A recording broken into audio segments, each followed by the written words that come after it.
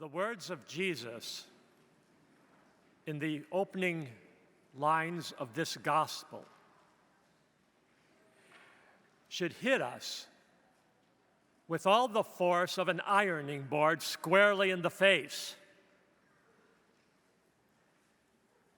If anyone comes to me without hating his father and mother, wife and children, brothers and sisters, and even his own life, he cannot be my disciple. Ouch! Ouch! Jesus is using some very jarring and astonishing language here. To our ears, this is very troubling, very disturbing. To our ears. But no, Jesus is certainly not doing away with the fourth commandment.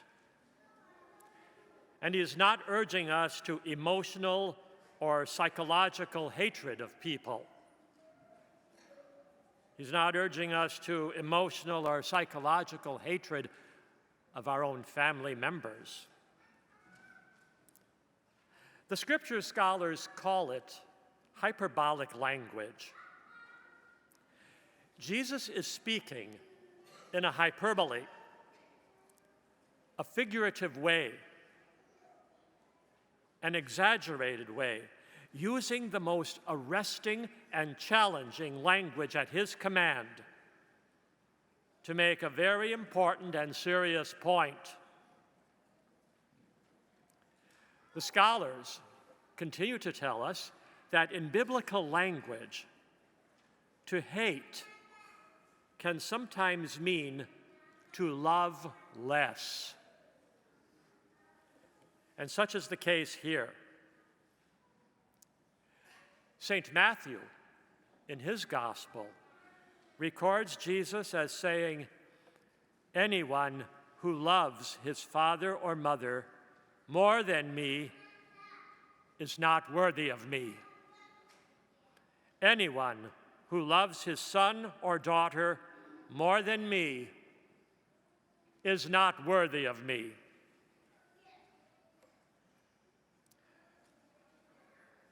We know that property, we know that possessions can come between us and Jesus.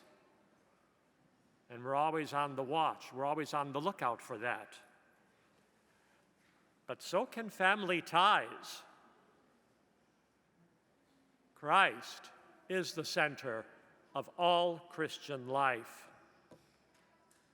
The bond with him takes first place over all other ties, over all other bonds, yes, even over social and even over family ties. When a family member is doing wrong, sometimes we keep silent. Why? Because we worry about alienating them, or we worry that they might sever the lines of communication with us. If that's the case, then Jesus steps forward and asks us, in the silence of our minds, in the silence of our hearts, "Excuse me, with whom is your primary bond? Excuse me, to whom is your first allegiance? To whom is your first loyalty?"